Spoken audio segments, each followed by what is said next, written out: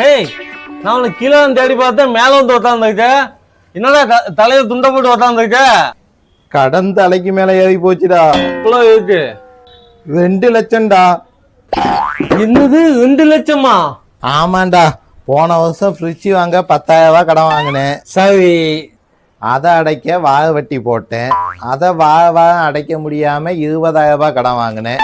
இப்போ எல்லாம் சேர்ந்து 3 கடன் ஆயிடுச்சு. சரி, 3ஐயும் மொத்தமா அடைச்சிடலாம்னு சொல்லி 50,000 ரூபாய் லோன் போட்டேன். அடைச்சியா? அடைச்சேன். அந்த 50,000 இப்ப வட்டியோட 70,000த்துல வந்து நிக்கி. அப்புறம் என்ன, 1 லட்சம் கடனை வாங்கி அதை அடைக்க 10 இடத்துல கைமாத்தா வாங்கி இப்ப 2 லட்சத்துல வந்து நிக்கி. இந்த மாசம் டியூ கட்ட காசு இல்ல. சரி, இப்ப என்ன பண்ண போற? அந்த ஃப்ரிட்ஜை ஒருத்தன் பாதி விலைக்கு கேட்கதான். அதை பார்த்தாலே நமக்கு வெறுப்பா ஆகுது. பேசாம அந்த ஃப்ரிட்ஜை வித்து இந்த மாசம் டியூ கட்டிக்கலாம்னு நினைக்கிறேன்.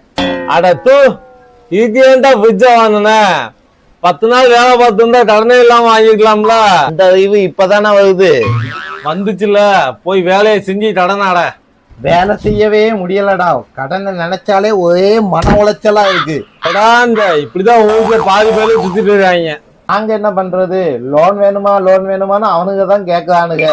உனக்கு என்னடா போச்சு புத்தி? புத்தி இருக்குடா. நான் ஒரே மாசத்துல 2 லட்சம் கடன் அடைச்சு காட்டுறேன்டா. ஏன் அடுத்து வீட்டுல இருக்க நிறைய அடகு வைக்க போறியா? அதெல்லாம் பேங்க்ல சேஃப்டியா தான் இருக்கு. அப்போ என்னடா பண்ண போற? அந்த வீட்டை தான் அடகு வைக்க போற. நீங்க திருந்தவே மாட்டீங்களா?